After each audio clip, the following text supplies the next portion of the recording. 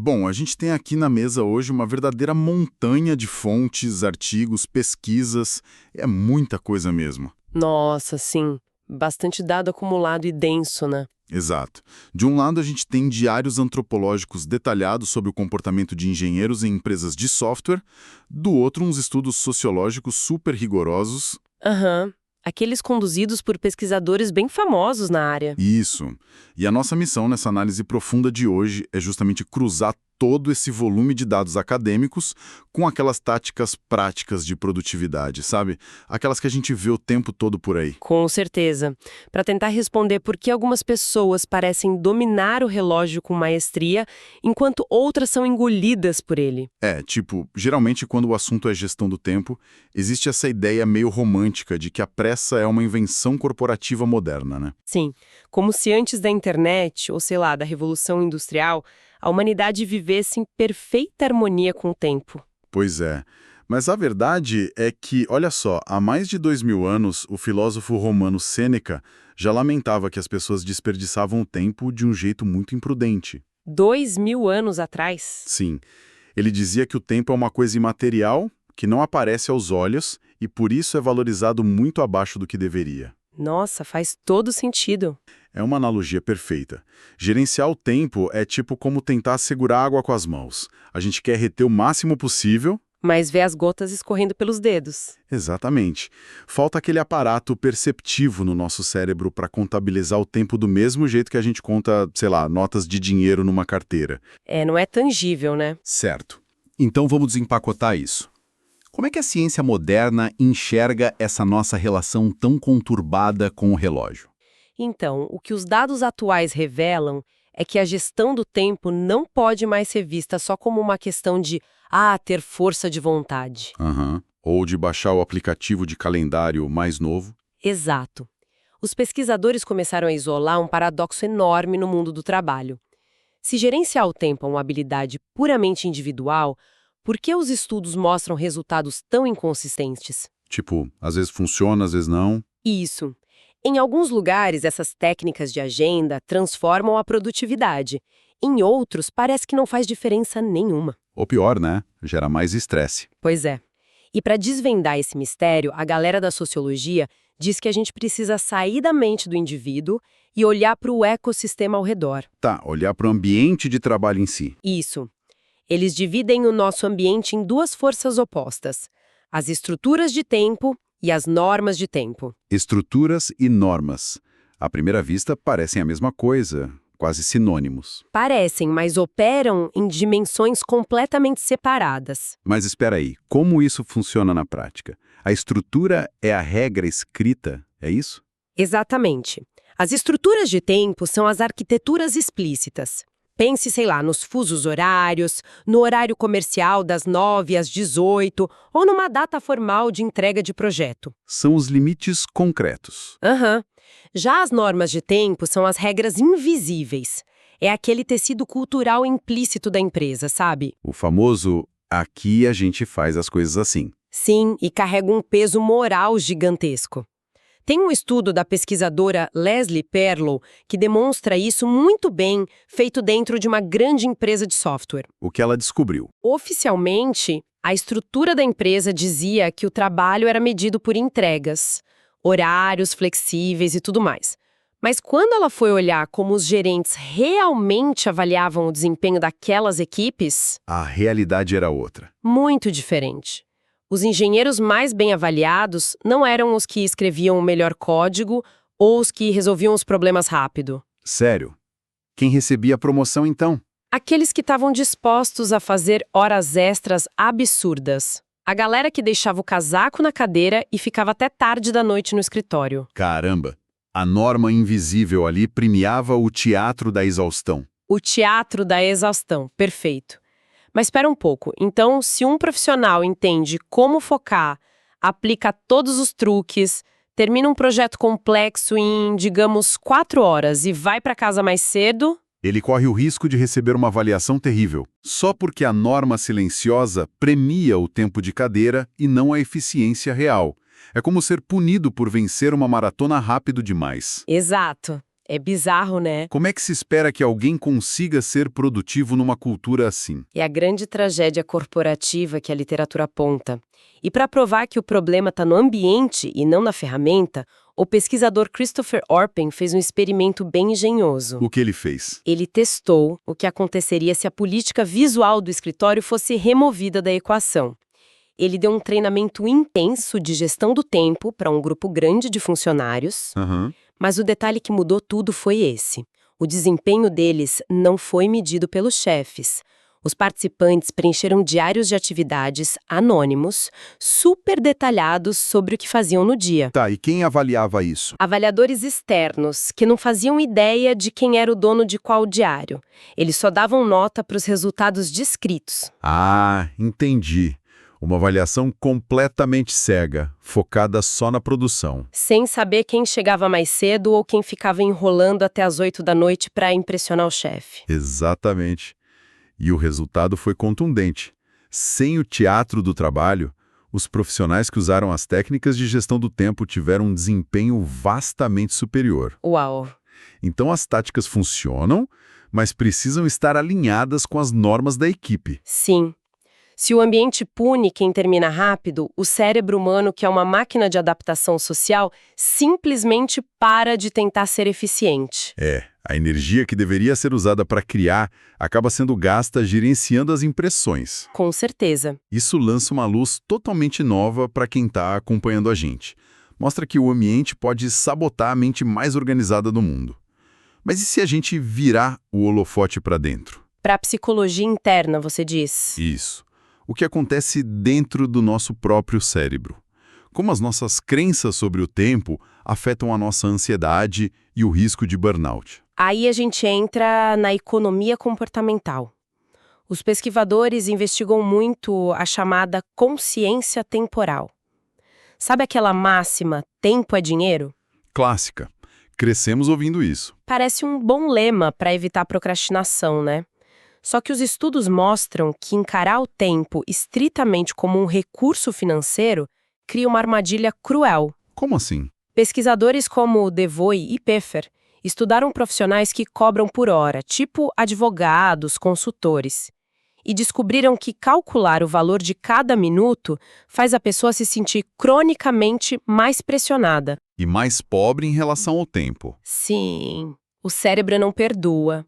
Se a sua hora vale R$ 300, sentar no sofá por 1 hora para ler um livro ou brincar com os filhos é processado como uma perda financeira ativa. Nossa, a pessoa sente que está literalmente rasgando notas de 100. É terrível. Então esse ditado de que tempo é dinheiro é, na real, uma passagem direta para a exaustão mental, parece que colocar um preço em cada minuto transforma nosso dia num taxímetro estressante. A armadilha do táxi é uma imagem perfeita. Sim, o motor do táxi nunca desliga, o contador tá lá girando e a viagem perde qualquer graça porque você só consegue olhar para a tarifa subindo. É bem por aí. E isso destrói a nossa capacidade de fazer coisas não remuneradas que são essenciais para a nossa cabeça, como ter um hobby ou descansar. E tem alguma saída que eles sugerem para quebrar esse ciclo do taxímetro? Tem uma intervenção que parece até absurda no começo. Doar tempo. Doar tempo. Mas a pessoa já está sem tempo. Pois é. Mas quando as pessoas se forçam a gastar uma parte do dia ajudando os outros, sem ganhar nada, o cérebro paradoxalmente registra uma sensação de abundância. Ah, entendi.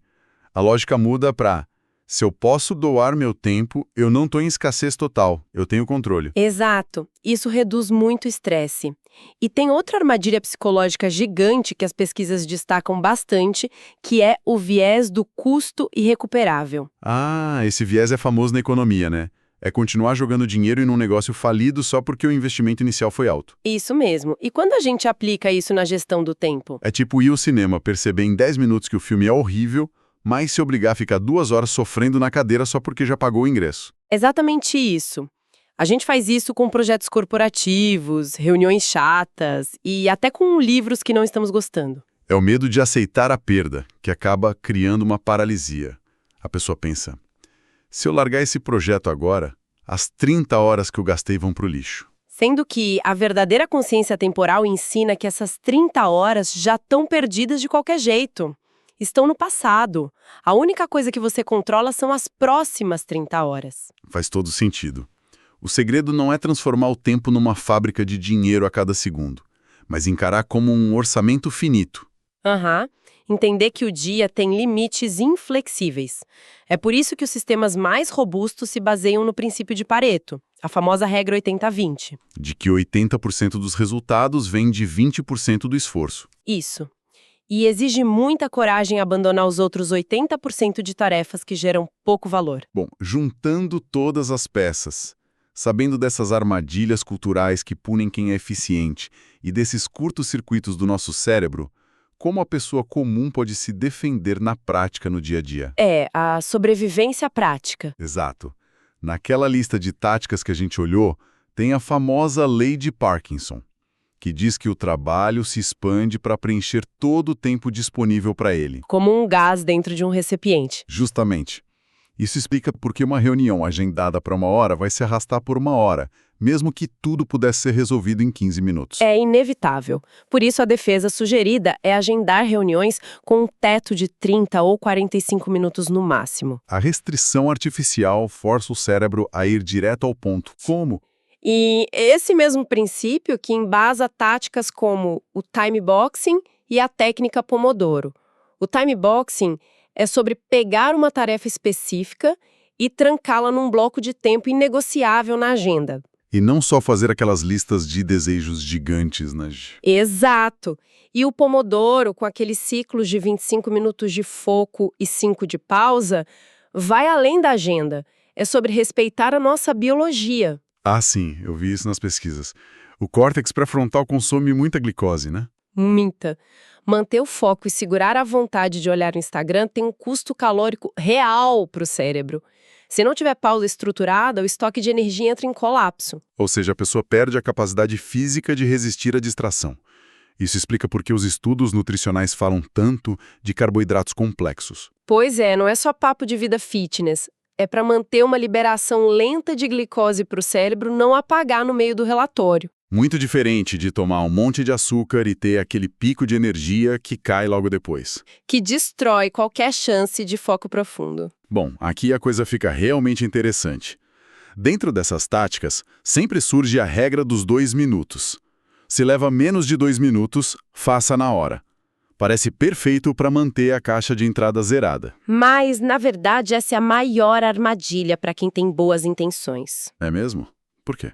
Se você aplica isso o dia todo, vira uma máquina de fragmentar a atenção. Parar tudo para responder e-mail rápido te transforma num limpador profissional de caixa de entrada. É, não dá para fazer trabalho denso assim. Exato. A regra só funciona se você usar o agrupamento, o famoso batching. Basicamente o mesmo princípio da máquina de lavar roupas.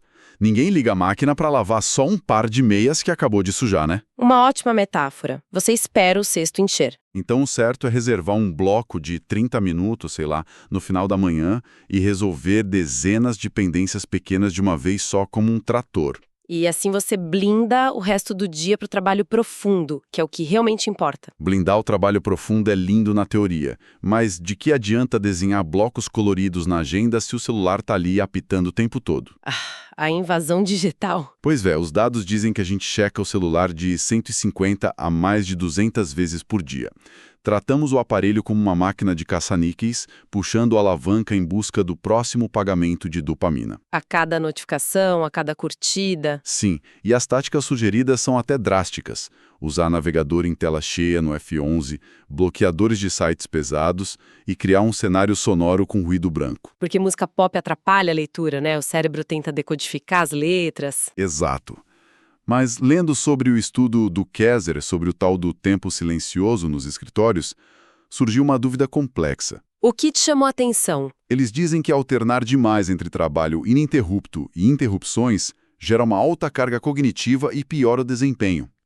Isso significa que tentar se isolar no modo monge é, na verdade, uma falha. Isso levanta uma questão super importante e que quebra o senso comum. O problema que a equipe do Kaiser identificou não era silêncio. Era o quê, então? Era a biologia das transições constantes. A pesquisadora Sophie Leroy até criou o termo resíduo de atenção. O cérebro não é o interruptor que liga e desliga na hora. Quer dizer que uma parte do cérebro continua pensando no e-mail anterior. Sim, por vários minutos. Se você fica 15 minutos em silêncio, abre a porta para interrupção por 10 minutos e tenta voltar para o foco, esse liga-desliga queima energia muito rápido e causa exaustão. Nossa, então o modo monge só funciona se os blocos de isolamento forem bem longos. Longos o suficiente para o resíduo de atenção sumir completamente. Senão, a fricção mental causa mais dano do que simplesmente aceitar o caos do ambiente. Cara, que fascinante.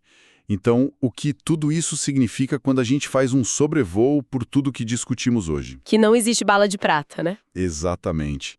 Fica evidente que a gestão do tempo não é uma planilha corporativa que serve para todo mundo. É uma negociação constante em 3 frentes. Negociar com a nossa própria cabeça. Isso. Negociar com as ilusões psicológicas, como o taxímetro mental e o custo irrecuperável. Depois, negociar astutamente com as normas invisíveis do nosso ambiente. Entender que às vezes a eficiência bate de frente com o teatro do esforço. Pois é. E, por fim, negociar as defesas táticas. Estruturar blocos de tempo que respeitem nossa glicose. Agrupar tarefas para não fragmentar a mente. E usar o isolamento de um jeito estratégico, sem ser um liga-desliga a cada 5 minutos. Não é uma guerra contra o relógio, é entender a mecânica do jogo. Essa síntese é perfeita, porque conecta o biológico, o sociológico e o tático. E para quem está ouvindo a gente até agora, acho que vale a pena deixar um pensamento final que subverte um pouco essa cultura hiperconectada. Manda ver. A ciência mostra que o tempo é o recurso mais igualitário que existe. São 24 horas por dia para todo mundo, não importa o seu cargo. Com certeza. E se os estudos revelam que doar tempo voluntariamente e parar de calcular obsessivamente os minutos nos faz sentir mais realizados com menos estresse, talvez o ápice da maestria na gestão do tempo não seja o que os gurus pregam. Não é sobre espremer mais tarefas dentro de 1 hora. Não. Talvez o maior feito seja ter a coragem genuína de deixar algumas horas da semana completamente em branco. Porque, no final das contas, a coisa mais produtiva que um ser humano pode fazer com o próprio tempo, de vez em quando, é simplesmente tomar a decisão consciente de parar de medir-o.